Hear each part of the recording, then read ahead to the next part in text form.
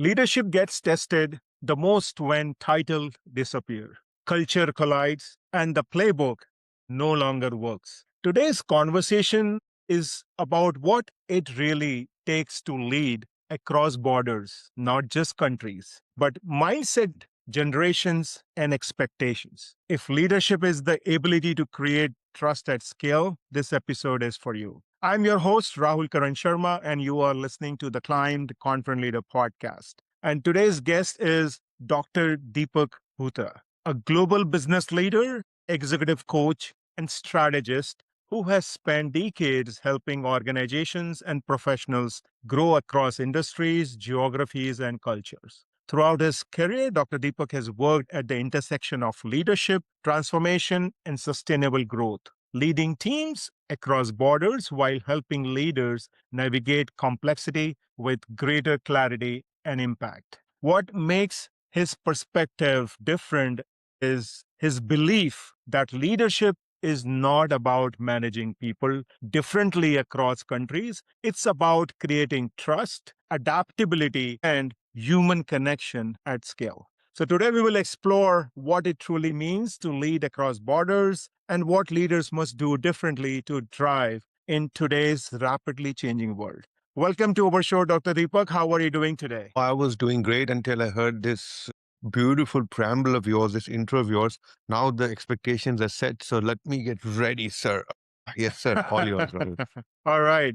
Before we dive deeper, Dr. Deepak, can you tell us about your leadership journey with our listeners? Sure. So Rahul, born and raised in India, and most Indian families tend to focus on academics a lot. And I think that's very natural in my course. I was always very focused on. But at the same time, I was a very poor student. And I'm calling this out because some of your listeners assume that academic genius or collecting degrees is something that you're born with. I think I had certain characteristics, but I would be very honest with you. I think it's my mother. She came back to me once from school and says, your principal believes you're the smartest kid in the class, but I thought you were just average. And that is the single line that a teacher shared with my mother that changed the trajectory. Because for my mother, who was a very simple woman, getting a message from someone that she respected, simply stating a very simple truth led to the most amazing trajectory for me, where my mom suddenly became my biggest cheerleader. I failed, Mhm. she cheered me on. I did this, she said, let's set the bar. What more can you do, my son? And that blew my mind. Here we are spending thousands of dollars reading textbooks, and then I go back to someone who proudly says, I'm 11th class pass, 12th class fail. And Rahul, for me, I actually realized that simplifying my journey, simplifying the way I approach things, 4 degrees, 4 continents, but that's not what I want to brag about. What I want to brag about is what I learned along the way. Truly a practitioner at heart. Started off in sales in South Africa, of all places, spent 15 years there, learned to recognize and respect cultures and their differences. If you ever ask me which country was the best for you, Deepak, I cannot answer that because that's an unfair question. Every country has its development challenges, right? It's a favorite game. We all sit overseas complaining about our countries that we left, but when we actually in the country, we have the best time of our lives celebrating the food, the culture.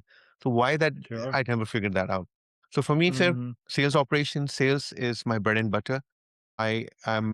I became after 34 years of corporate servitude an entrepreneur in literally September 3rd, 2024. So I've been at this for a year and a half. And boy, Raul, it's been difficult because coming from a corporate cocoon to be doing something for yourself is a amazing hit. And it's an Mhm. I cannot tell you, it's been a very humbling experience. Here I am. You've just spoken about me in such amazing terms.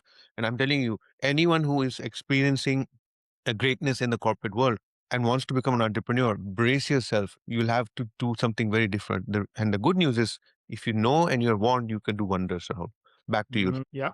No, I agree with what you all mentioned because sometimes our listeners or people who are aspiring leaders, they always see the brighter side of the individual that they are idealizing or they are respecting. They do not see the hardship behind it. And it's not about talking about the great things that we have done. Our episode will be talking about our own challenges because we all have challenges. It's not that everything was served to us on platter.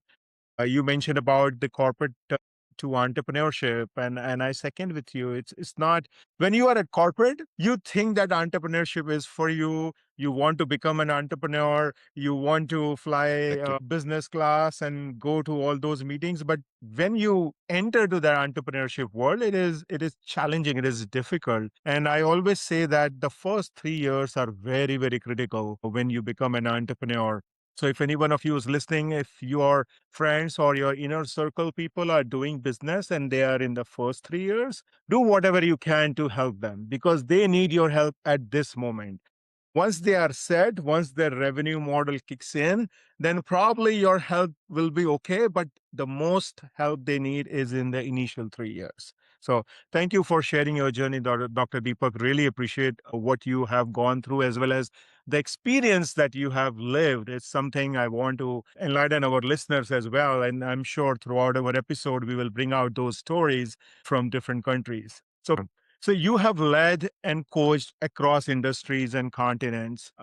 Looking back to your journey, what experiences shaped your philosophy on leadership across the borders the most? Raul, in the intro, I mentioned to you, right, that I have not just led cross borders, but I've actually lived in different borders. And I think lived Mhm. experience always changes your mind shift, right? I look at life this way. I can tell you right now, very early in my career, I used to honestly believe that work hard, deliver results, hit targets, solve problems, and everything is great, right? And I always used to think that if I kept delivering results, I would get influence. Here's the fun part that happens, a lot of cultures actually don't understand what I'm talking about, because for them, it's the different criteria that they look at in judging someone's leadership capabilities, right? And I realized that my results were getting the right attention, but it doesn't create necessarily followership, right?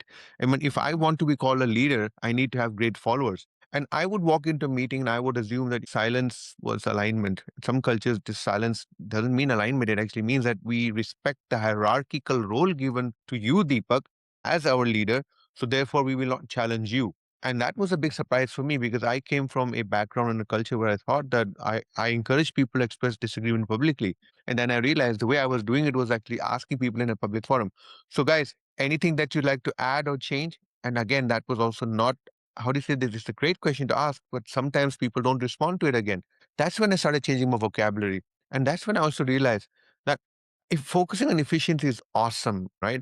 But you got to focus on relationships and you got to focus on trust. And when you get that trust, and that trust does not necessarily earn in that room. And in Mhm. some cultures, when you are talking a certain way with one person, but you talk different with another person, that carries. And people then realize that this guy is pretending.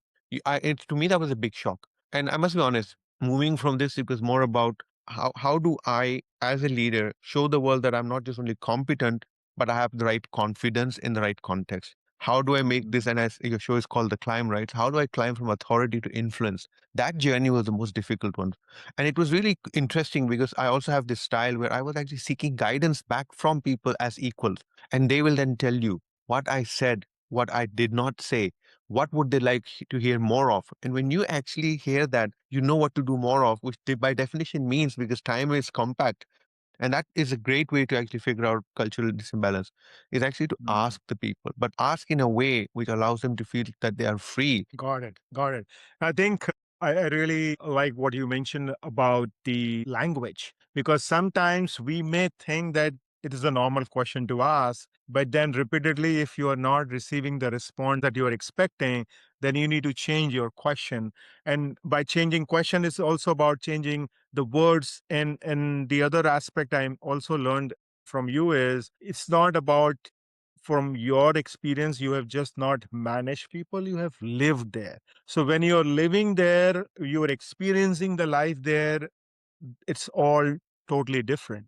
Because when I started our journey, someone who is working in the night in India and someone Yeah. working in US, you don't see the difference till you actually go and work in nights, and then you realize the challenge. So as a leader, it's very easy for us to just talk over the phone or a Zoom, but when you live their life, you will really experience the challenges that they are facing. And I think, Dr. Deepak, many leaders, when they are managing across continent, across geography, they feel that just managing the time zone, managing the processes is good enough. In your experience, what does a leader leading across border actually require to really win their trust, to build that relationship that you were talking in the previous response?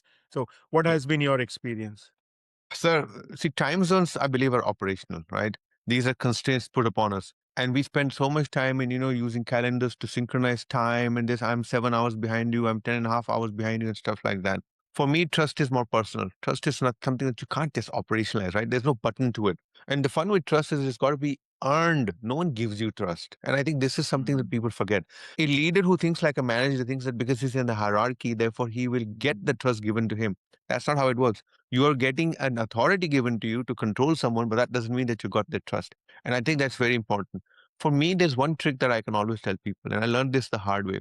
That I used to think that, if I explained a project and everyone is nodding their heads, it means that the team is aligned. It's not true. The team was simply saying that I hear you, I understand that you're speaking English, but that doesn't mean that I agree with you. And then it's really interesting. And two, I've also realized managers that keep hiding behind the veneer of we don't have the OPEX to travel, we don't have money to travel. You know what? I think you're committing harakiri.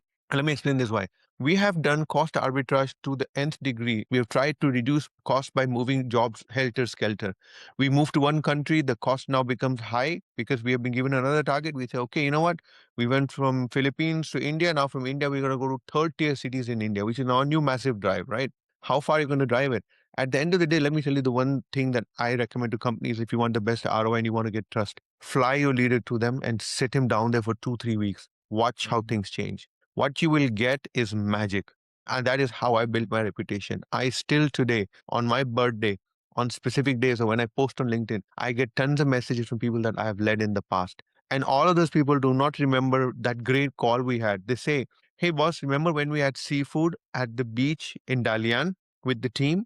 Do you remember how bad you were in the games that we were trying to teach you? Do you remember how the two girls beat you at the beer drinking contest because you couldn't understand how someone can drink 5 beers after dinner?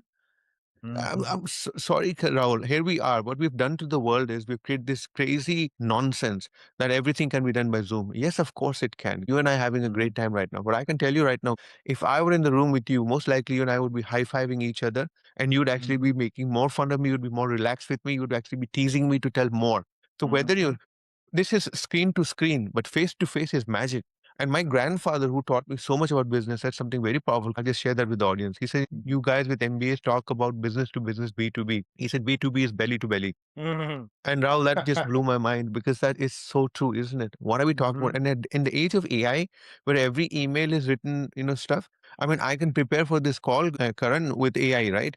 But at the end of the day, all you have to do is to just trip me up by asking a question that's never in the script, right? Or say to me, Deepak, I remember you mentioning that you were in Dalian once. Tell me about that experience. Now tell me which AI is going to prepare you for that, sir. Because that experience will come from somewhere deep inside me. And that is what I'm absolutely thrilled and enjoying what's happening with AI. I do predict in 2 years it's all settled down. We will look at AI the way that we look at calculators. Yes, it's part of the plan. Yeah. Well, the golden nugget just dropped by Dr. Deepak is face to face is magic. And if you want to win trust of your people, you need to work hand in hand with them rather than sitting across the continent. You need to really live their life. You really need to understand their day in life. You need to understand their own challenges. That's how you win trust. And I concur that. And that was one of the things that we used to do in our previous organization, Dr. Deepak, is we used to fly our leaders to work for 2 to 3 weeks with our recruiters, with our back office team members in Yep. the night shift so that they really know the challenges that they are facing. Amazing. Thank you for sharing that. Now, the leaders probably who would be listening to our episode who are kind of an aspiring leaders who have never had that title, never had that corner office. Now, for them to build confidence and credibility when they are maybe inheriting a team or maybe they are being transferred to a new market, what are some of the things that you would recommend for them to build their trust? And it's a common problem, right?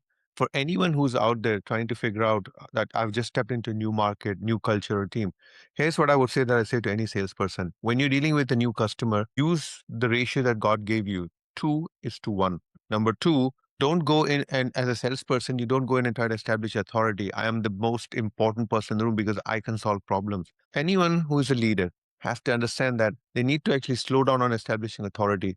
When you try to go in and establish authority by sounding like an encyclopedia or telling them of all the great stuff you've done and all the great stuff you're going to do, you are simply falling into the trap of this, what I call pressure to prove yourself. All you end up doing is sound decisive, which actually makes them feel, how can he be so decisive? He doesn't even know us. You have all the answers, but how can you have all the answers when you never ask the right questions? So you need to prepare. You need to be consistent in your behavior. And I always tell the guys, slow down, listen, ask people questions that don't necessarily deliver a yes no answer. Keep it open ended. You are also going to build trust in very small moments. It's not going to be a long lecture. Your trust is going to build over a glass of water shared standing at a water cooler with an employee who just listens to you talk and comes up to ask a question of you. How you treat that individual at that time is what that individual remembers, but the rest of the organization watches. And that's what I try to explain people. Executive presence is not about hierarchical endurance or the fact that I am 6 levels above you, therefore I've got executive presence. Executive presence is something that is ego devoid. And when you talk, people know you're listening. Listen actively, lean in. Some of the best managers I've worked for, you actually feel like you're the most important person standing in front of them when they talk to you. And to me, that single attribute is sufficient. It works across all cultures, believe it or not. Yeah. It, Yeah. and all I'm going to say is that just use the same ratio. If I could give you a t-shirt slogan, the one that I really liked is that leaders should never speak first. They should always Mm. respond fast. And to me, that's very Yeah. powerful. Those who listen and then Absolutely. respond. And when you respond with vulnerability, authenticity, it will be shocking to you.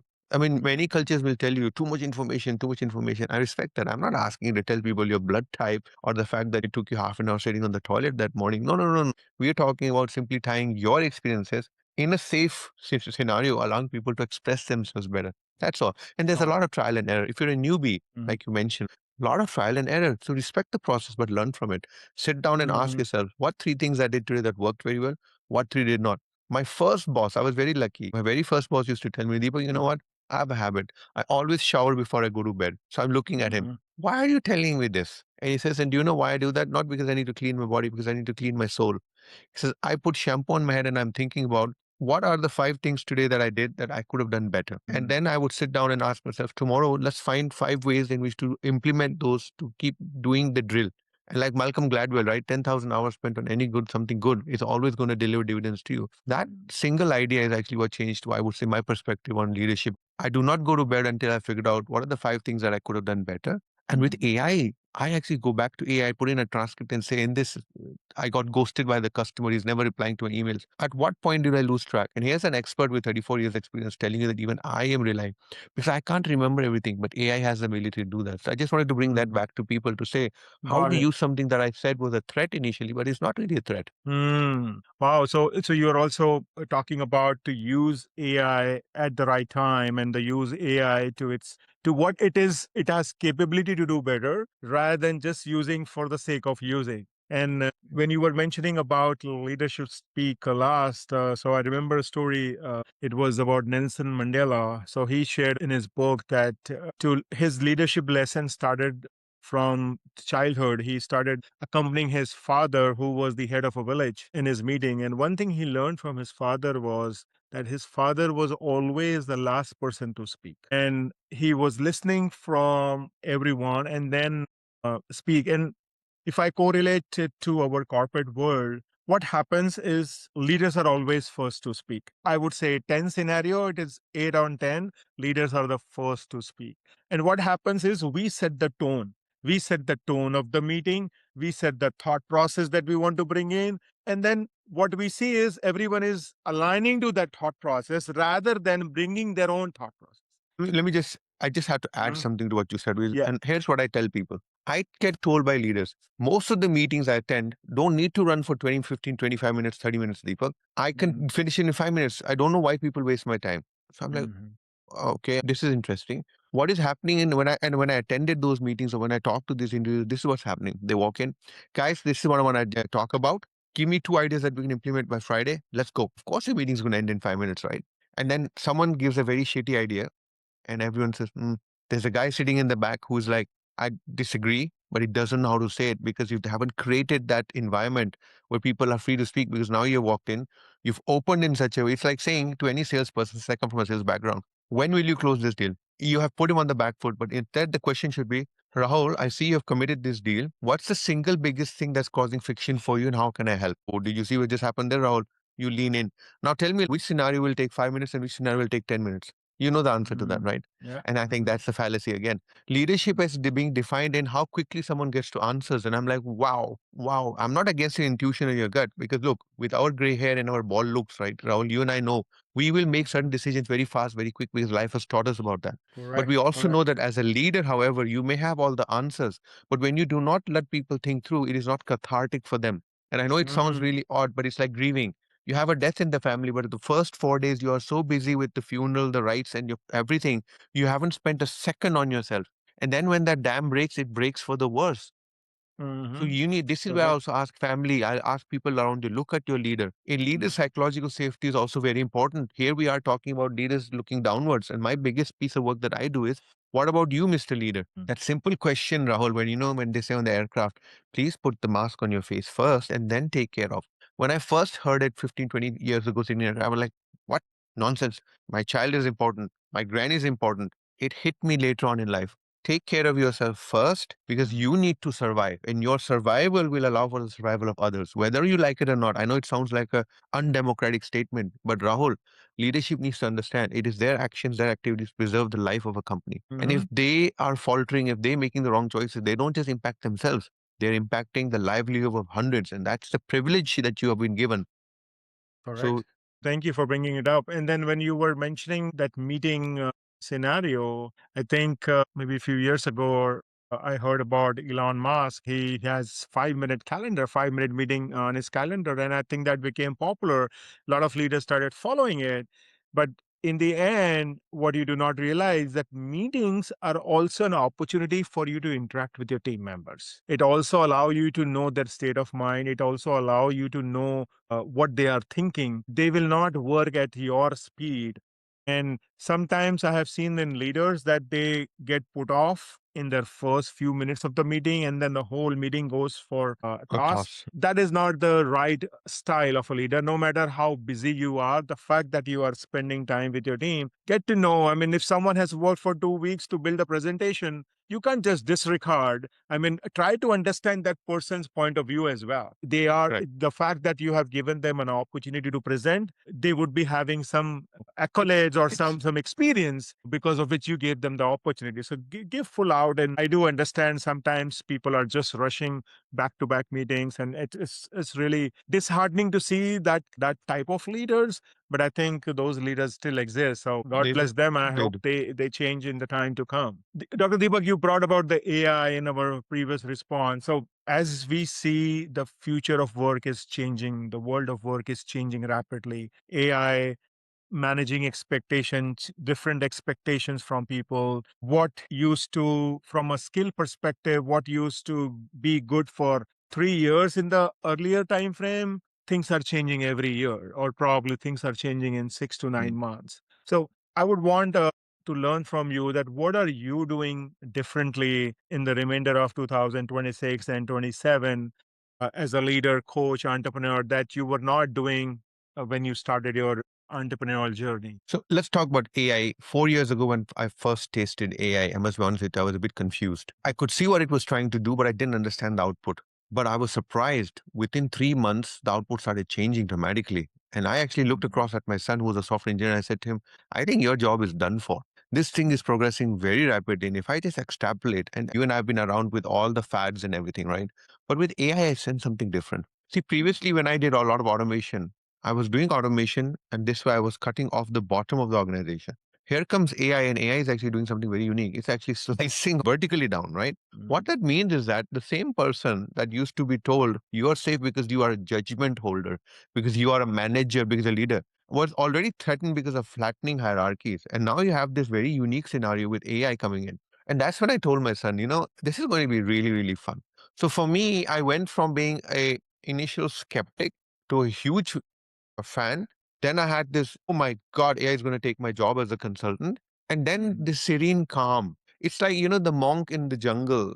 He sees a tiger charging at him. He shifts to the left and starts running, suddenly gets to the edge of the cliff. Mhm. You have the tiger behind, you have the cliff, looks down, jagged rocks. Both scenarios look very bad. At that point, he turns and looks at a flower and says, "What a beautiful flower." So at that point, everyone's leaning forward to hear the story. And I said, "That is it. Rest you guys have to figure out." But what I'm simply stating is that I'm at a point where I'm looking at this flower and saying, let's focus on that. So AI is there. I get it. Here's what I'm doing personally to answer your question, right? I believe that one, I want to respect AI for the simple reality that it's democratized information. To me, that's excessively exciting. I don't know how to say it to you. When you actually dig in deeper into AI, you actually realize that its quantity is awesome, but its quality is suspect, right? And I think this is what I want to focus on. I want to use AI to focus on quality of thought. I want to use AI to understand how do I stop being always on, always reachable, always consuming, because that's the trick with this thing, right? And then when you do this, you actually realize that you're in deep trouble. And I just want to tell people as follows: AI is there to actually create more cognitive burden on you. It'll also create emotional burden on you because it's going to start analyzing, telling you things that you would have had to pay to a therapist to get out before, right? Yeah. So all I'm saying is as simple: slow down. Ladies and gentlemen, AI is going nowhere. It's in fact going to be more of it. In my diary, every day I have at least 6 hours worth of AI training and AI courses and all. So my wife asked me, "But you don't attend any of them. Why do you have them in your diary?" I said, "Because I want to know what's happening out there. I'm going to see something that actually takes this to 2 + 2 = 5. I want to jump onto the bandwagon." Why am I jumping on the bandwagon? Because Rahul, believe it or not, I actually do believe there is a threat to everyone's existence. But the good news is that when everyone is going to use AI, everyone's going to get to a baseline. And at that point, you're going to have to figure out how do you now break from that baseline. And here's, Rahul, here's my $10,000 bet with you. And please don't come to claim it from me, sir. I'm a businessman building a business out. It's as follows. 2 years from now, we're actually going to realize that the differentiator between people is not how they use AI. It's going to be how they use their humanity while using AI. Wow. So I think very well mentioned that how to use humanity while using AI. AI is not going anywhere. It will be there. And the way I look at it is AI is as good as the input that you give to the tool. Based on your input, it will give you the output. And if your input is structured, if your input is the way you want the output, things will be better for you. And I think the other part, as you were mentioning about that emotional burden and the burden word you use, I do see that happening because AI, if you don't create boundaries, it will keep you taking to a level where you don't want to go. Absolutely. Yeah. And then you will be lost that, hey, I started with question A and now at Z. They are not related. So that's the tendency of the tool. So you need to create boundaries. You need to really make sure that what exactly you want to get as an output. So thank you for Correct. sharing it. And yes, No, man. I do understand that using of AI will not expose leaders ability to do good or bad, but what it will expose is people who are not using AI, it will expose them faster as compared to earlier that they were just going on that because no one was watching them. Now, because of the tool, they will be exposed sooner than later. So, Oh, you're a smart man. If you just follow my drift on this one, let me get my friend in. Remember the old bell curve? There are mhm. going to be two types of people. So of course we're going to discount the non-AI users at the tail, and they're going to find out that they're going to end up being in a very long tail way at the back. Leave them. Then you have the excessive users of AI. I'm not talking about ability or utility. I'm just about excessive users. These are people that are at the edge of everything. They're the first people sending you an action figurine of themselves. They're the first people sending you a ridiculous video of them on a riding a dolphin in the Mm. air, not in water. It's all nice, cool, but at the end of the day, what value are they adding? First, to their own revenue line, because at the end of the day, cash flow matters. What are you doing that achieves outcomes? Then you have the middle. My prediction is that the middle is going to be the stable users of AI. This middle is actually going to get very tight, very tall. And unfortunately, the count of people in that middle is also going to get reduced because we are now breeding a new exclusive class. Just imagine, Rahul, we have a digital divide in Africa and India. And you and I are both passionate about development. We also look at, we enjoy AI, but the fruits of AI right now are being subsidized by some very rich investors. We aren't even paying full price for this product yet. Everyone's running at a loss. How am I going to go tell people in Africa that AI is going to change your life when the real cost comes to who can afford it then? So this is the complication that I actually wake up at night thinking about what are we doing? I'm getting reliant on a system. Can you, here we are saying that socialism is bad for you, and here we are living socialism with AI right now. This is something I've not been able to reconcile, but I had to just get it off my chest. Maybe I'm wrong. Maybe I'm wrong. I don't know. No, I think time will tell. It's not about the right or wrong. It's about what you are feeling, and So, I'm sure you are sharing it. There are a lot of many people who may not be sharing it, but still feeling the same that you are feeling. So maybe um, someone listening to us might comment on these thoughts of yours and probably give us some different perspective. You never yeah, know. Now, absolutely. before we move to our rapid fire round, I just wanted to ask you one input. If someone listening to us as a leader who is responsible to manage people across countries, what would be your advice from a leadership perspective? What they should do that will start bringing results for them if they are having that challenge of building their own credibility, even though they have a title, they still are Yeah, managing across country. So, yeah. from your perspective, what is that one habit they should adopt that will really make a difference for them? We kind of discussed it earlier, but I want to really emphasize it specific on this question. Stop asking people about the work they do. Mhm. Start asking about how they're experiencing the work they do. That one word Mhm. experience allows people to talk more freely. It changes your leadership conversation. Instead of talking about is this project on track, right? Where are Mhm. you feeling friction right now? When you ask people, is the project on track? They read that as a performance review. But when you ask them, what are you feeling friction on this project right now and how can I help? Because it changes. Now people are going to go from confusion to less confusion. They're going to now not hesitate. They're going to start coming to you to actually understand that. The probability of a cultural misunderstanding with language like that is zero. Anyone on this Mhm. call who challenges me that talking like certain cultures will get you into trouble, I don't know what they're talking about. There is no culture that says, what's the most favorite thing people like to do? Is talk about themselves, right? Uh-huh. We want to talk as Absolutely. human beings. That's why I've always told people, what an amazing thing, right? Here we are, praise God, we thank you for giving us all these senses, but when we start using them, we shy away from actually using them to its fullest potential. Why? So if I could just ask leaders, if you were trying to do something very different, take your connection to your organization kind of off and put the connection first, thinking about conversation first, not organization first, conversation first. To me, that is how Mhm. you're going to solve this problem. Wow. So conversation first, and also about, instead of just asking how they're enjoying the work or how are they doing the work, it's more about the experiencing, what Experience. they're Yeah. experiencing when they're doing the work, because that would really make a difference, and that will allow them to talk more about themselves and their feelings, their thoughts, which probably you may not be knowing. So thank I you, would Dr. agree with Deep, that. for bringing Right. that. Now we are moving our rapid fire round. But before I do that, for leaders who are listening to us and who are resonating with your philosophy, with your thought process, Dr. Deepak, how can they learn more about your work that you do, the results that you get for your clients, and what's the best way for them to connect with you? Sir, honestly, my wife would say LinkedIn. LinkedIn has become what I was pervasive. I spend 3, 4 hours a day on LinkedIn. Just go to LinkedIn, Deepak Bhootra. I'm the only Deepak Bhootra. I really wanted to be on your podcast because you talk about things that matter to me a lot, right? At this point, I just wanted to call out that I am also busy building out a new entrepreneurial venture. It's Rise Up, focusing on 21 to 28-year-olds, helping them make sense of what is leadership, what is sustainable performance, what's emotional resilience. But the context is very simple. We have a situation where 21 to 28-year-olds do not know how to navigate work life. They also cannot afford a coach. Now with AI, we're simply saying that what if you were to blend everything together and get you something that helps you and then add a community to it?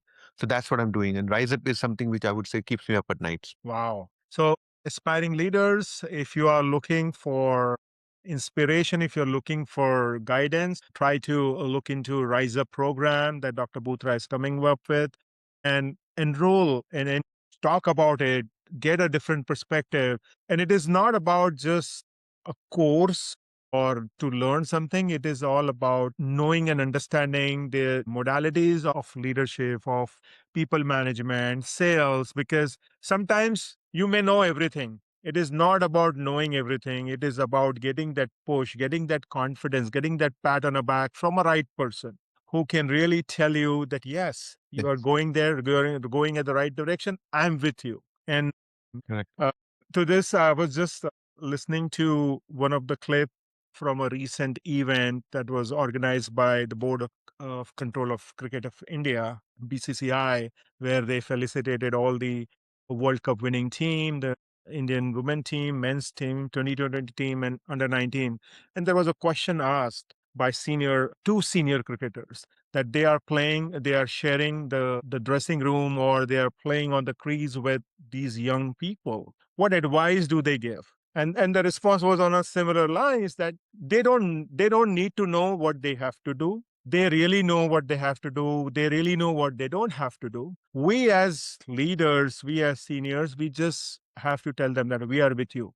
Go ahead, because their confidence is impeccable. Their charisma is there. They know the techniques. Yeah, they they know the they don't techniques. want Correct. to follow those old records. They want to create new records. And sometimes they don't want to hear preaches from seniors. So here in Rise Up, it is not about that preach that you will listen. It is about the experience that you will have, because it's all about the experience. It's all about the experience you create for your team members, you create for your leaders, and the experience that you will get from this program. So I would definitely like to check you out. We will include the link on the show notes so I that would it's easy appreciate that. for you to access. Now we're moving to the rapid fire round. 5 questions. It's a fun questions, and we would want you to respond it instantly. All right. You ready? Okay. So, what's one leadership skill you wish someone would have taught you earlier? Active listening. Show Okay. respect, active listening. Stop talking. Uh, what's one quote that you live by? A quotation that you live by? I'm going to quote Nelson Mandela's, right? When you allow the world to see you shine, make sure that you let the world, because when they see you shine, they will have the ability to shine themselves. People take courage from what you do.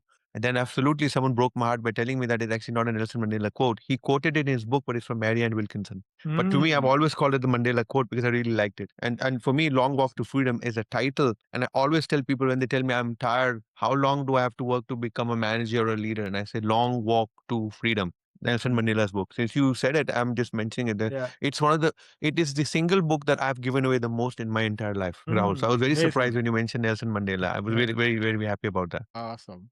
Are you a morning person or a night owl? Night Owl. Okay. In fact, if I could have begged you, I would have asked you to do this a bit later because I would say, but Rahul, I will wake up at 6 o'clock also if I have a great idea. But in Mhm. general, I am a night owl. My best thinking I've noticed occurs between 10 and 2. I know it sounds weird, Mm, but it's mm. just what I am. Awesome. Your go-to food that you can eat anytime, any day. Peanuts. Okay. And peanuts have broken my molar twice, Oh. requiring crowns and surgery. And my doctor's laughing. He says, "You love peanuts, but you also eat them in such a way that they have splintered my tooth, the enamel, and I've had to go and get surgery done. I just had the last surgery 2 weeks ago, and still I'm in pain. But it is hilarious, Rahul. Hilarious. My wife will laugh. All right. Last one.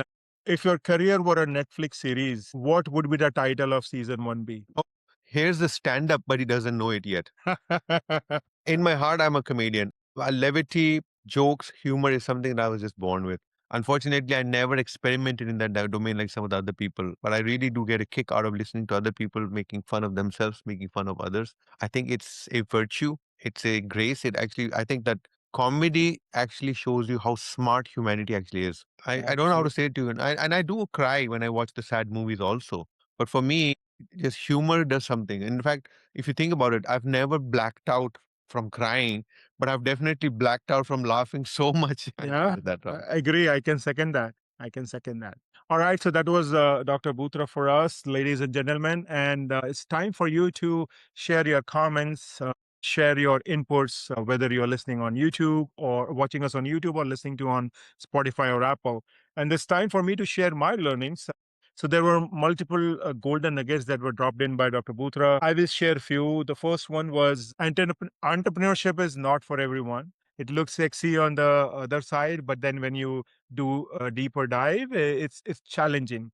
So prepare yourself, talk to right people before you enter into entrepreneurship journey. And if anyone in your inner circle is being an entrepreneur, help them whatever you can in the first 3 years. They don't need your money, they may need your connections, they may need your introductions, they may need your support, that you are there. Do speak with them on a regular basis, because sometimes they may be alone, they may be lonely. So that's something you can do if anyone in your inner circle is doing a business, especially in the first 3 years. The other thing which I learned is it's not about the numbers all the time. We as business owners, as leaders, we focus on the numbers. We look at the dashboard. There are many things that dashboard may not be showing you.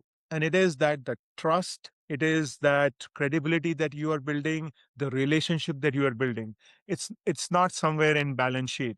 But if you want to be an awesome leader, a leader that really people will follow, focus on building that trust, building the relationship. And on the trust aspects, another thing Dr. Bhutra mentioned is trust is earned, not given. So for you to build trust, if we were talking about cross countries, so if you want to build trust with someone sitting 5,000 miles away, travel, work with them, get to know their day in life, get to know what they go through on day-to-day basis. That would be really important for you. Face to face is the magic.